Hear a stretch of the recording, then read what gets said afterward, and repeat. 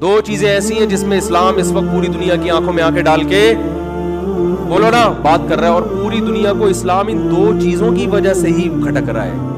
باقی کسی چیز میں ان کو نہ کوئی داڑھی پہ اعتراض ہے میرے بھائی, سمجھ رہے ہو, ان کو نہ نماز پہ اعتراض ہے. وہ کوئی دفتر میں آپ کو نماز سے ایک وقتی طور پہ منع کر دے کہ اس کا کاروبار کا نقصان, اور وہ تو ایک نجی معاملہ ہے نا. جو بڑی سطح پہ دو چیزیں ہیں جس میں اسلام کیا کر رہا ہے, دنیا کی تہذیبوں سے ٹکرا رہا ہے.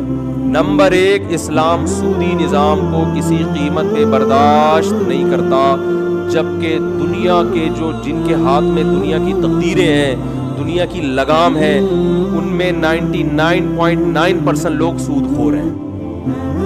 ساری دولت بینکوں کے ذریعے کس کے پاس جا رہی ہے, چند مخصوص ہاتھوں میں جا رہی ہے کہ نہیں جا رہی ہے. دوسری چیز ہے بے حیائی. بے حیائی آپ کے فیملی سسٹم کو کیا کرتی ہے, تباہ. جب بیوی اور سالی پردہ, بیوی ویسے ہی بیٹھے گی جیسے سالیاں بیٹھتی ہیں آپ کے سامنے, مزہ تو بہت آئے گا, لیکن آہستہ آہستہ آپ کا خاندانی نظام کیا ہو جائے گا, بولو, برباد. جو کہ ہو رہا ہے مکس گیدرنگ شادیوں میں. اسلام اس کو نہیں مانتا.